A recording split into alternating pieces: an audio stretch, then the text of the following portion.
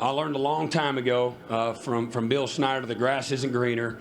And I always believed that. He said it, and I believed it. I wrote it down, and that was in my coaching Bible 101. And as I was a baby of 3 boys in my own family, and I learned from my older brother's mistakes, if you will. And I tried to do the same thing as a young coach. I never learned how to be great in 2 places at one time.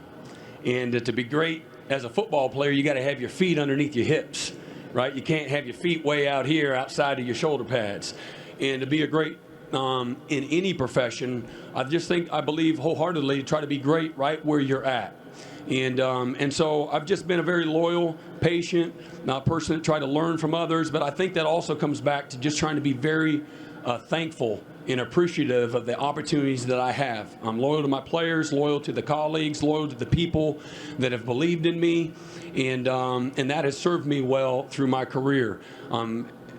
Countless opportunities to evaluate, new opportunities, but there's only this was a very special opportunity for me. Oklahoma has been near and dear to my heart. I left in a very emotional state when I left Kansas State to come to Oklahoma.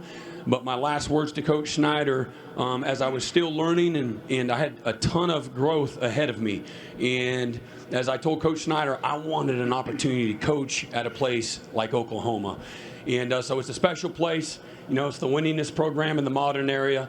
The most championships, conference championships in the history of college football with 50. The only program since 2000 that has not had a losing season in the Power 5. And so winning is very hard. Being consistently at the top of your game is even harder. So Oklahoma has exemplified that both on the field and probably for me and my piece in making the decision off the field from a leadership standpoint, from an alignment standpoint. So whether that starts with Joe Harris, our president, who was the dean of the law school when I was there for those 13 years, or Joe Castiglione, who hired Bob Stoops, and I was a part of that initial staff back in 1999, and so many countless others, whether it's Larry Nafee or Zach Salmon, and so many people in the administration, and then the what Oklahoma has stood for.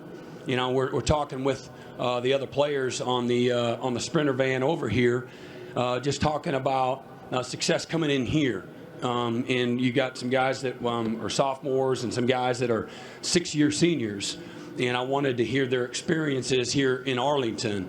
And I'm the only one that had a loss in this stadium, by the way, out of that group. So whether Marvin Mims went 4 or 5-0 as a high school player, or beating Texas or Iowa State or Baylor, TCU, Florida, myself, I certainly we were 2-1, beat Nebraska and beat Notre Dame while I was at Clemson, and of course we lost to BYU 14-13 in 2009 here. So I think we're collectively, not including the high school, give or take 6 or 7-1 here. So I say that with all humility, that this place has a standard of excellence that takes a backseat to nobody. So to have an opportunity to become the head coach at a place that is near and dear to my heart, where all 4 of my children were born here, I've been very invested in the community in Norman, in the university, in that football program.